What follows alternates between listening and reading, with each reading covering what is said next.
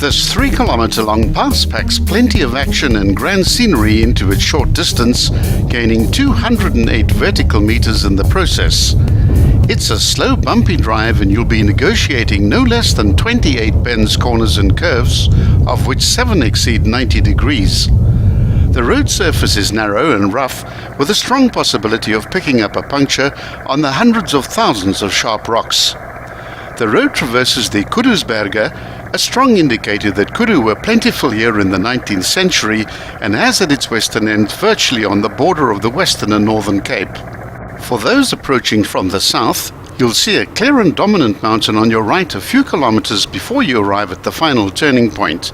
This is the Bitterberg, which has an altitude of 972 meters and is a reassuring landmark that you're on the right road. As you head east over a flat plain with the Koedoesberg looming ahead, you'll pass through a cattle grid and fence marking the border between the two provinces. Things start getting steeper and rougher as the initial gradients are at 1 in 7 as the road heads into the east-northeast via a double apex left-hand curve. At the second part of this bend, a small gully is crossed and the direction changes directly into the north as a wide right-hand curve is followed, where the gradients get ever steeper and reach as steep as 1 in 5 in several places. The road follows the shape of the mountain as it winds its way laboriously back into the east. Another 2 side gullies are crossed, each with its own set of S-bends.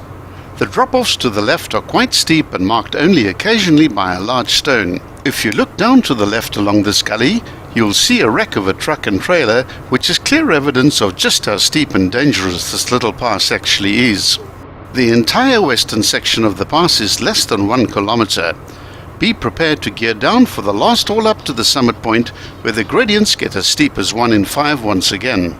The summit is marked by an obvious neck, where another fence with a narrow gap allows the passing of a single vehicle. As soon as the 900-meter high summit point is reached and the fence has been cleared, there's a small area for about 2 vehicles to park. The views into the east are of a wide valley, completely surrounded by rugged mountains. If the weather is good, this is a perfect place to take a break and savor the massive Koedoesberg. The eastern descent is double the length of the western side and also considerably more scenic. The road drops down the mountain into the east-southeast for a few hundred meters, then loops through a wide right-hand curve towards a big gully.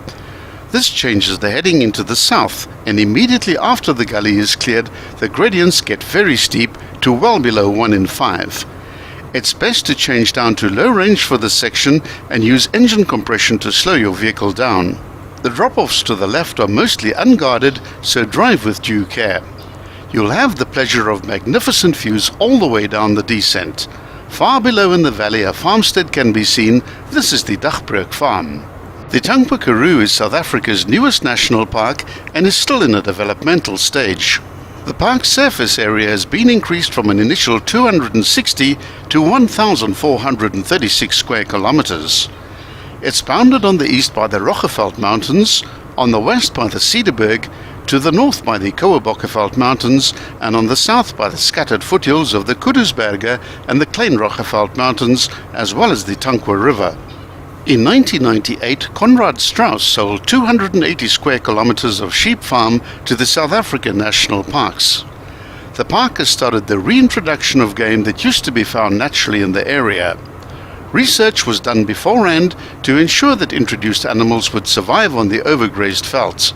The vegetation in the park falls within the succulent Karoo biome and has been described as very sparse shrubland and dwarf shrubland. The park is home to a large variety of birds, 188 species in total, and includes such as the black-headed canary, Ludwig's bustard, and the black-eared sparrow lark. Peak birding season is between August and October. At the 1.8 kilometer point, the road enters a tricky section comprising 3 semi-hairpin bends in rapid succession as altitude is lost. Each of these bends has a turning arc of between 120 and 170 degrees. They are best driven at 20 kilometers per hour as the road surface is rough and rutted on the corners. Once through the final hairpin, the road enters an easy 90-degree left-hand curve, then straightens out for a long downhill section where the pass ends at another dry riverbed crossing. You now have a fairly long drive requiring accurate navigation to find your way to Sutherland or wherever your next destination is. Be aware that not all intersections here are signposted, so you need to prepare yourself well from a navigation point of view. It's also advisable to take 2 spare wheels, as the probability of punctures is quite high. If you don't have a second spare wheel, at least carry a good tin of tyre weld as well as a puncture repair kit. If you've never done a puncture repair using the plug method, please watch a video explaining how to perform the operation. It's best to have the knowledge before an emergency and not during one.